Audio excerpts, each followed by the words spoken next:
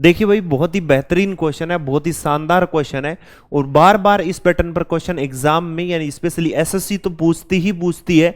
तो देख लेते हैं क्वेश्चन में क्या है। बोला है in a circle with center O, BC is a chord, point D and A are on the circle on the opposite side of BC such that DBC यानी angle DBC 28 degree and BD equals to DC.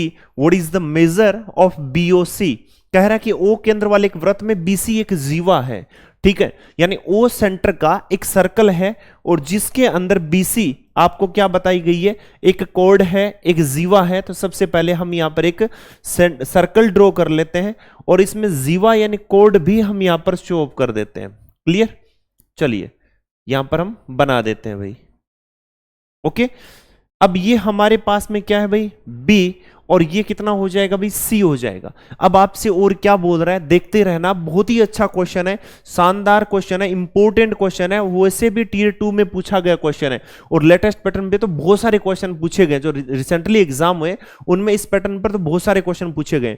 फिर आपसे कहता है D और A वृत्त पर स्थित है जो BC के विपरीत है। मेन जो कीवर्ड है ये ध्यान में रखना, 2 पॉइंट और है जो अपोजिट है एक दूसरे के, जैसे कि DBC कितना 28 डिग्री। तो देखिए DBC, इसका मतलब D या तो यहां है या कहीं कहीं भी बना लो, लेकिन आप जहां भी बनाओ तो B 28 डिग्री है, बहुत कम है, बहुत छोटा एंगल है।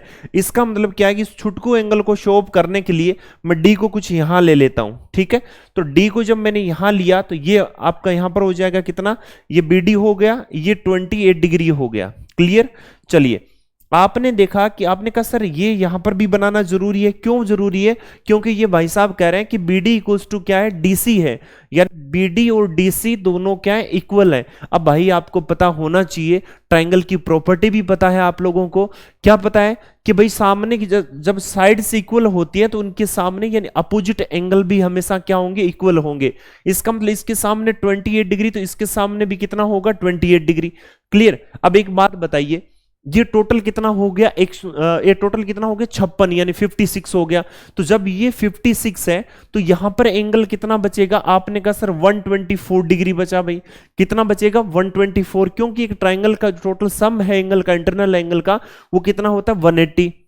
उसके बाद में हमसे पूछा क्या है, BOC बताइए। बताओ, हर कोई बता देगा, सिंपल सी बात है, हर कोई बता देगा, ठीक है। तो BOC हमें फाइंड आउट करना है। O यहां पर क्या है, आपका सेंटर पॉइंट है। O यहां पर क्या है, सेंटर पॉइंट है। तो BOC आप फाइंड आउट करने के लिए आप क्या करोगे, आपने कहा सर हम एक काम करते हैं कि इस लाइन को हम यहां से B को यहां तक लेके आते हैं सेंटर पर। क्यों?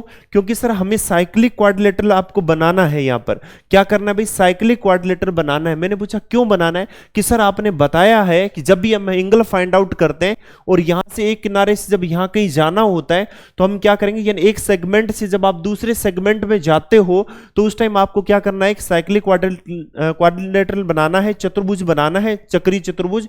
तो आपने कहा सर ये 124, तो ये वाला तो अपोजिट एंगल है, उनका सम कितना होता है 180। इसका मतलब यहां कितना आ गया, आपने कहा सर 56 डिग्री। तो मुझे तो BOC चाहिए था ना, क्या चाहिए था, BOC चाहिए था। तो BOC के लिए मैं क्या करूं, तो आपने कहा सर BOC फाइंड आउट करना है। इसका मतलब क्या है, यहां पर कोड जो जीवा क्या है BC, इसके द्वारा सेंटर पर बना एंगल इसके द्वारा सरकमफेरेंस यानी परिधि पर बने एंगल का जस्ट डबल होता है।